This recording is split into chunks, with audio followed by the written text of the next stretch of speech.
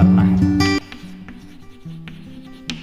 Electric power क्या होती है, और जो इलेक्ट्रिक पावर होती है उसको P से रिप्रेजेंट किया जाता है। इलेक्ट्रिक पावर को किससे रिप्रेजेंट किया जाता है? P से रिप्रेजेंट किया जाता है। और ये जो इलेक्ट्रिक पावर होती है, ये इलेक्ट्रिक पावर होती है electric work done per unit time. General power के बारे में आप जानते हो, power is equal to rate of doing work W/T। किस रेट से आप वर्क कर रहे हो वो उसकी पावर है। बट जब हम इलेक्ट्रिकल की बात करते हैं तो जो वर्क होता है वो इलेक्ट्रिकल होना चाहिए।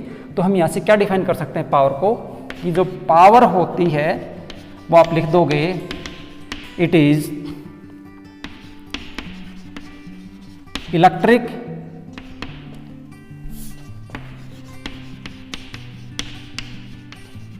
Work per unit time. Electric work per unit time is known as electric power. P is equal to W/T। P is equal to W/T। W क्या है? वर्क है। कौन सा? इलेक्ट्रिक। T कौन है? Time. P is the power. Power is equal to W/T। Okay, unit क्या होगी इसकी? पावर की यूनिट होती है वाट। क्या होती है? वाट। और वाट किसके बराबर होती है? वर्क की तो हुई जूल, टाइम की क्या हुई? सेकंड। जूल पर सेकंड को भी आप वाट बोल सकते हो। जूल पर सेकंड को क्या बोल सकते हो? वाट बोल सकते हो। और P is equal to W/T आपके पास हो गया। तो ऐसा यूनिट इसी कौन है? वाट है। और वाट किसके बराबर होता है? जूल पर सेकंड के बराबर होता है। पावर का यहां से मैं एक फॉर्मूला और भी ड्राइव करने वाला हूं। देखिए, P बराबर मैंने क्या लिखा? W/T लिखा। W का फॉर्मूला आपके पास क्या था? VIT, याद है? अभी भी ड्राइव किया था हमने जूल स्टिंग इफेक्ट में। VIT divide by T, T cancel T, that is equal to VI। तो पावर को V इंटू आई भी लिख सकते हैं। पावर क्या होगा? V into I. तो इसको ऐसे भी डिफाइन कर सकते हैं, it is the product of, it is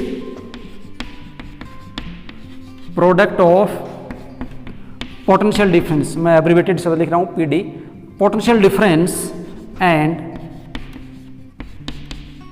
electric current. Electric current और पोटेंशियल डिफरेंस का जो प्रोडक्ट होता है वो भी किसके बराबर होता है? पावर के बराबर होता है। यहां से पावर का मैं एक फॉर्मूला और भी बना सकता हूं फिर तो, P is equal to V को मैं क्या लिख सकता हूं? ओम्स लॉ से I इंटू आर और into I, that is equal to I²R भी हम पावर को लिख सकते हैं। तो एक पावर का अलग फॉर्मूला हो गया, P is equal to I²R। ठीक है, I को मैं क्या लिख सकता हूं ओम्स लॉ से? I को हम क्या लिख सकते हैं? V/R लिख सकते हैं। V is equal to I into R है, तो I क्या हो जाएगा? V divide by R. तो पावर P को मैं ऐसे भी लिख सकते हैं, V तो एज इट इज है, I को मैं लिख सकता हूँ V/R। तो ये आपके पास क्या हो जाएगा? V² divide by are. Power को आप ऐसे भी लिख सकते हो। ओके, तो पावर के कितने फॉर्मूले आए आपके पास? एक पावर का आपके पास आएगा W/T। न्यूमेरिकल जो सोल्व करोगे वहां पे मोस्टली आपको ये फॉर्मूला यूज करना पड़ेगा, आइदर VI, I²R और V² डिवाइडेड बाई आर। यहां से देखो एक बहुत ही इंटरेस्टिंग बात हमें पता चल रही है, power P is equal to V² by R होता है। ये स्टैंडर्ड फॉर्मूला मान सकते हो पावर का, P is equal to V² divided by R. और यहां से आपको ये देखने को मिलेगा, अब आप सोचोगे सर हम ये फॉर्मूला क्यों माने, हम ये भी तो मान सकते हैं। यहां थोड़ी सी कॉन्सेप्चुअल बोल सकते हो आप, टेक्निकल बोल सकते हो, एक प्रॉब्लम है। और वो प्रॉब्लम ये है, जो करंट होता है ना, करंट वोल्टेज पे डिपेंड करता है। करंट किस पे डिपेंड करता है? वोल्टेज पे। जब भी कोई आप डिवाइस बनाते हो, सपोज करो आपने बल्ब बनाया, LED लाइट बनाई या कोई डिवाइस और बनाया, तो वो एक फिक्स्ड वोल्टेज के लिए बनाया जाता है। जैसे इंडिया के अंदर हम 220 वोल्ट यूज करते हैं। कितना यूज करते हैं? 220 वोल्ट सप्लाई यूज करते हैं। तो 220 वोल्ट फिक्स करके और उसकी पावर डिसाइड की जाती है। अब अगर वोल्टेज 220 से डाउन आ जाएगी, वोल्टेज 220 से क्या आ जाएगी? डाउन, तो करंट तो चेंज हो जाएगा, है ना? तो करंट चेंज हो जाएगा, तो इसका मतलब पावर तो करंट पे डिपेंडेंट होगी ऐसे। तो इसलिए हम क्या करते हैं, वोल्टेज हमारा कांस्टेंट होता है, तो वोल्टेज को कांस्टेंट मान के हम पावर डिसाइड करते हैं। तो पावर का स्टैंडर्ड फॉर्मूला हम यूज करते हैं, P is equal to V² divided by R. यहां से हम देखते हैं कि जो पावर है वो इनवर्सली प्रोपोर्शनल टू रेजिस्टेंस है। इस फॉर्मूले पे मत जाना, फिर बता रहा हूँ। इस फॉर्मूले को देखोगे आपको लगेगा power directly proportional to resistance है, but actually power inversely proportional to resistance होता है। क्यों? क्योंकि पावर का formula v square by R होता है, ना कि I square by R. I square into R. I square into R आप तब यूज करोगे जब सर्किट में आपको करंट दे रखा है, रेजिस्टेंस दे रखा है, पावर पूछ रखी हो, तो ही यूज करोगे। स्टैंडर्ड फॉर्मूला के रूप में आप यूज करोगे v square divide by R. कारण आपको मैंने बता दिया v स्क्वायर बाई आर क्यों यूज करते हैं, ठीक है। इसका मतलब ये हुआ कि आपके पास जिस भी डिवाइस की पावर ज़्यादा है, जिसकी पावर ज़्यादा है, P ज़्यादा है, तो उसका R क्या रहेगा? कम रहेगा। पावर इनवर्सली प्रोपोर्शनल टू किसकी होती है? रेजिस्टेंस की होती है। Power inversely proportional to resistance. तो ये आपको बहुत अच्छे से इस पॉइंट को ध्यान में रख लेना। इसके ऊपर एक न्यूमेरिकल भी आता है, मैं आपको हिंट देके छोड़ देता हूँ। न्यूमेरिकल क्या है? आपसे ये कहेगा एक बल्ब है 220 वोल्ट का, 220 वोल्ट और 100 वाट, 220 वोल्ट एंड 100 वाट का एक बल्ब है, उसको 110 वोल्ट के ऊपर ऑपरेट किया गया। किसके ऊपर ऑपरेट किया गया? 110 वोल्ट के ऊपर ऑपरेट किया गया। पावर बताइए। वही बल्ब है, देखना, ध्यान देना, वही बल्ब है। अगर वो 220 वोल्ट के ऊपर ऑपरेट किया जाता है, मतलब उसकी डिजाइनिंग जो होती है 220 वोल्ट के ऊपर 100 वाट उसकी पावर है। स्टैंडर्ड जब उसको डिजाइन किया गया 220 वोल्ट के ऊपर 100 वाट पावर का था, लेकिन जहां पे हमने बल्ब को ऑपरेट किया वहां पे 110 वोल्ट यानी 110 वोल्ट आपके पास इलेक्ट्रिक सप्लाई आ रही थी, वहां पे उसका पावर कंजम्पशन कितना होगा वो आपको बताना है। मैं इसी को सोल्व कर देता हूं। पहले 220 वोल्ट है, 100 वाट, 110 वोल्ट, पावर कितनी होगी यही सोल्व कर देते हैं, मिटा देते हैं इसको ना। देखो कितनी होगी पावर, इसको हम ऐसे कर देंगे। देखो हमें पता है power P is equal to V square by R. अब आपको ये फॉर्मूला लेना पड़ेगा, क्यों? क्योंकि इसको इस स्टैंडर्ड वोल्टेज के ऊपर डिजाइन किया गया है। P is equal to V square divide by R होता है। तो V कितना था?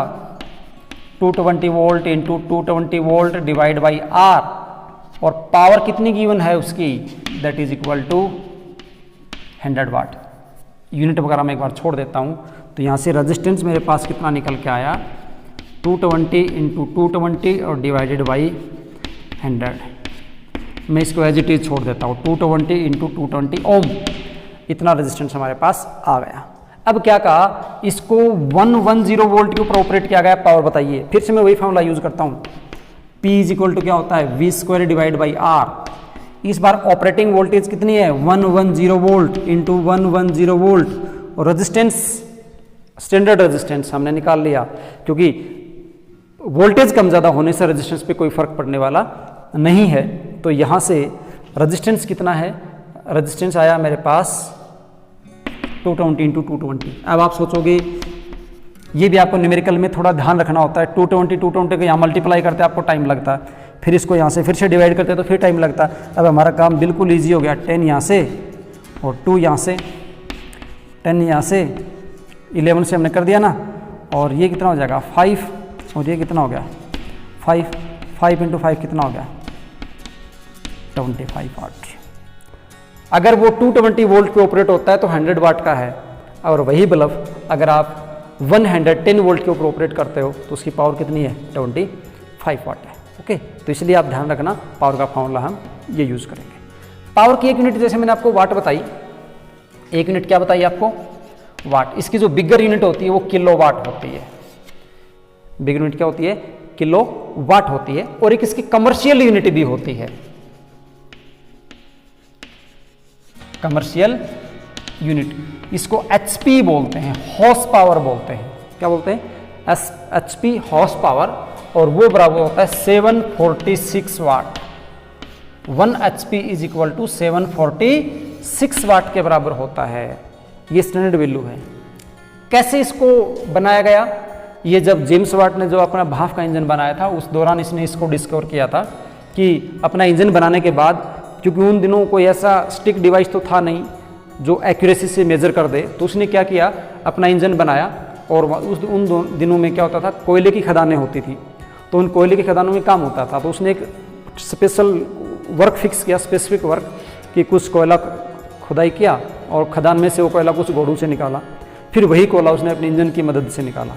फिर दोनों के वर्क को और टाइम को उन्होंने कंपेयर किया, तो उसने देखा कि 746 वाट जो है वो 1 HP के बराबर है। मतलब एक जो घोड़ा होता है उसकी पावर उसके 746 वाट के बराबर आई। ऐसी कुछ इसकी स्टोरी है 1 HP की। ठीक है, यहाँ से 1 HP आ गया। तो ये आप याद रखेंगे, कमर्शियल यूनिट है 1 HP। जब भी आपको बोला जाता है 1 HP that is equal to 746 watt. तो ये सब था हमारे पास इलेक्ट्रिकल पावर के बारे में। अब हम नेक्स्ट करने वाले हैं इलेक्ट्रिकल एनर्जी के बारे में। इलेक्ट्रिकल एनर्जी क्या होती है? वैसे इलेक्ट्रिकल एनर्जी आप यहीं से समझ सकते हो, ज़्यादा बड़ा करने की जरूरत है नहीं। ये जो वर्क था, वर्क ही तो एनर्जी होती है ना, तो वर्क को मैं लिख सकता हूं W is equal to P into T. Work को क्या, इलेक्ट्रिकल एनर्जी क्या हो जाएगी? P into T. और इसका डेफिनेशन हम कैसे ऐसे लिख सकते हैं कि किसी भी सर्किट में गिवन टाइम में कितनी पावर कंज्यूम हो रही है, वो उसकी किसको रिप्रेजेंट करती है? इलेक्ट्रिकल एनर्जी के कंजम्पशन को रिप्रेजेंट करते हैं। तो इलेक्ट्रिकल एनर्जी का कंजम्पशन होगा P into T, consumption of the power in the time. तो कितने टाइम में कितनी पावर कंज्यूम हुई, that is equal to electrical energy, W is equal to P into T. यहाँ से अगर आप इसकी यूनिट देखोगे तो पावर कितनी क्या हुई? वाट। टाइम की क्या होगी? सेकेंड। और ये क्या होगी? जूल। मतलब joule is equal to watt second. तो इसकी यूनिट क्या होगी? Joule is equal to watt second. इसकी जो बिगर यूनिट होती है, और ज़्यादा इसकी जो बिगर यूनिट होती है, वो बिगर यूनिट क्या होती है? जूल जो होता है वो हो गया हमारे पास वाट सेकंड के बराबर। बिगर यूनिट होती है इसकी kilo watt hour, and this is the biggest unit of the energy. Energy की जो बड़ी यूनिट हम यूज करते हैं वो कौन होती है? Kilo watt hour. Kilo watt hour, इसका मतलब ये हुआ किलो वाट आवर का 1 घंटे में कितने वाट एनर्जी, कितने नहीं बोलेंगे, किलो है, किलो का मतलब 1000 है। 1 घंटे में अगर 1000 वाट पावर कंज्यूम होती है तो उसको बोलते हैं किलो वाट। और ये जो किलो वाट आवर है ये कमर्शियल है। क्या है? कमर्शियल यूनिट है। कमर्शियल यूनिट का मतलब ये होगा कि जैसे आपके घरों में इलेक्ट्रिक एनर्जी का कंजम्पशन होता है वो किलो वाट आवर में होता है, जिसको आप 1 यूनिट बोलते हो। क्या बोलते हो? 1 यूनिट बोलते हो। तो 1 यूनिट का जो खर्चा होता है वो 1 किलो वाट आवर के बराबर होता है। खर्चा मतलब यूनिट, जब आप 1 यूनिट खर्च करते हो तो वो 1 किलो वाट आवर होती है। गवर्नमेंट ने या जो पावर सप्लाई करने वाली जो कंपनीज हैं उन्होंने 1 किलो वाट आवर का रेट फिक्स कर रखा है। आपसे 1 किलो वाट आवर का 4 रुपीज़ लेता है, 5 रुपीज़ लेता है, 7 रुपीज़ लेता है। मान लीजिए आपसे वो 5 रुपीज़ लेता है पर किलो वाट आवर। तो इसके ऊपर कुछ न्यूमेरिकल क्वेश्चन भी पूछेगा। जैसे आपसे पूछेगा एक 10 वाट का बल्ब है, खुद को करना, आपको ध्यान से सुनना। 10 वाट का बल्ब है, वो फरवरी के महीने में अपने 5 आवर पर डे, कुछ हिंट लिख देता हूँ। पावर जो है वो कितनी है? 100 वाट। टाइम है वो है 5 आवर्स पर डे। और जो मंथ है वो है फरवरी। फरवरी के मंथ में आपने ये बल्ब ऑपरेट किया ऐसे। At the end of the month आपका जो इलेक्ट्रिसिटी का बिल होगा वो कितने रुपए होगा? इलेक्ट्रिसिटी बिल आपका कितने रुपए होगा? इसका आंसर आप मुझे कमेंट बॉक्स में करके ज़रूर बताएंगे कि इसका आंसर कितना आने वाला है। Okay, and this is the assignment for you and homework for you. Answer मुझे कमेंट बॉक्स में इसका ज़रूर बताना कितना आंसर आने वाला है।